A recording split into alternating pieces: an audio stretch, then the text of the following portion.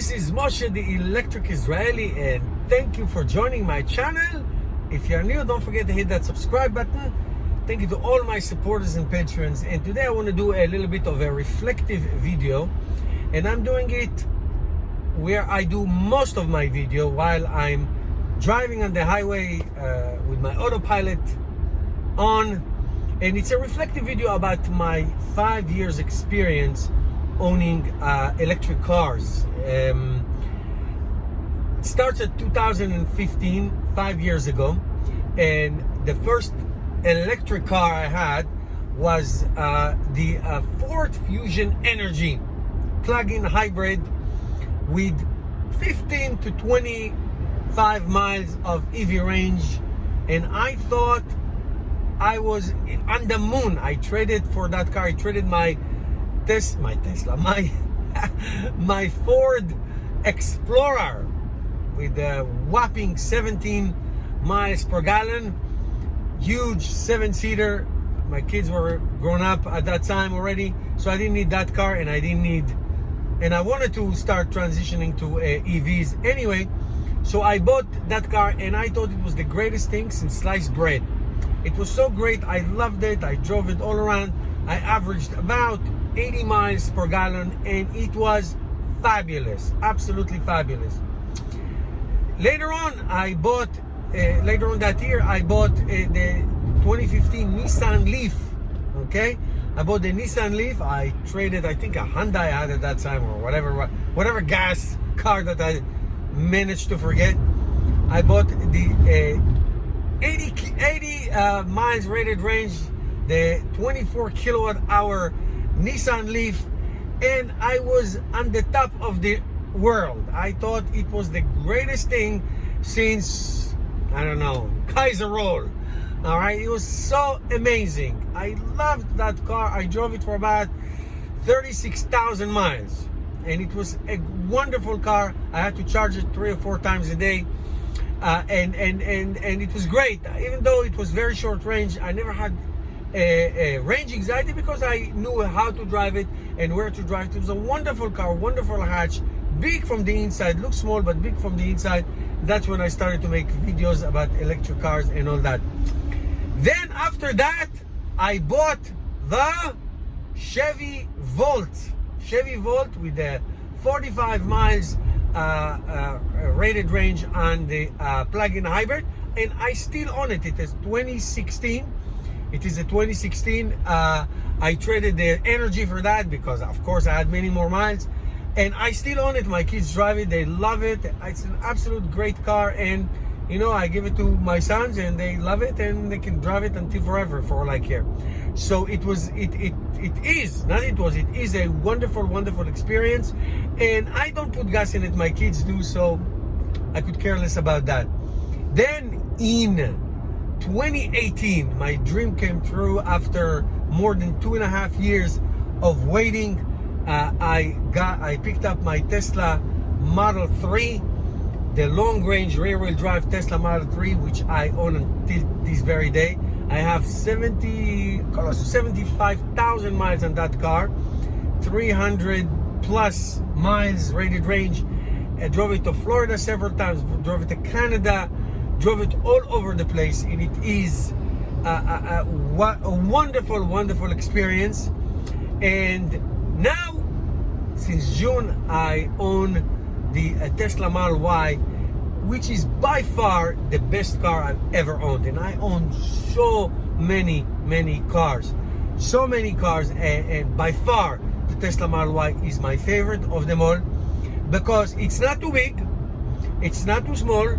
It has a great cargo space, 68 cubic feet, great cargo space, awesome acceleration, awesome range, fast charging speeds on the supercharging. Same with the Model 3, by the way.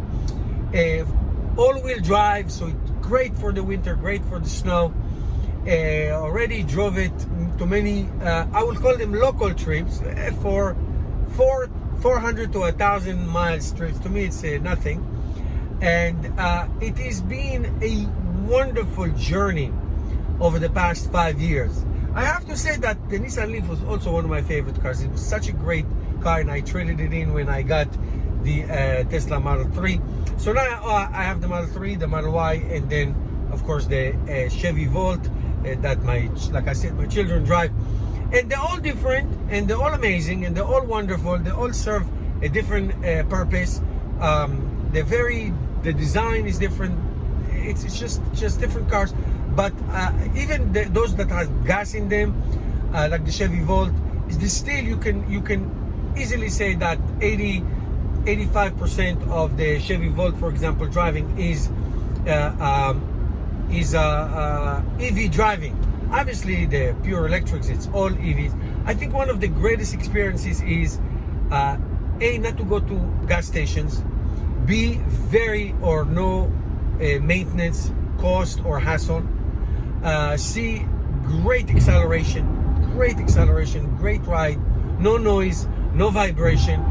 I think as cars advance more and more range, you can do everything that you would need. Everything. I mean, I remember at the beginning, 2012, 2013, 14, everybody's big topic was range anxiety.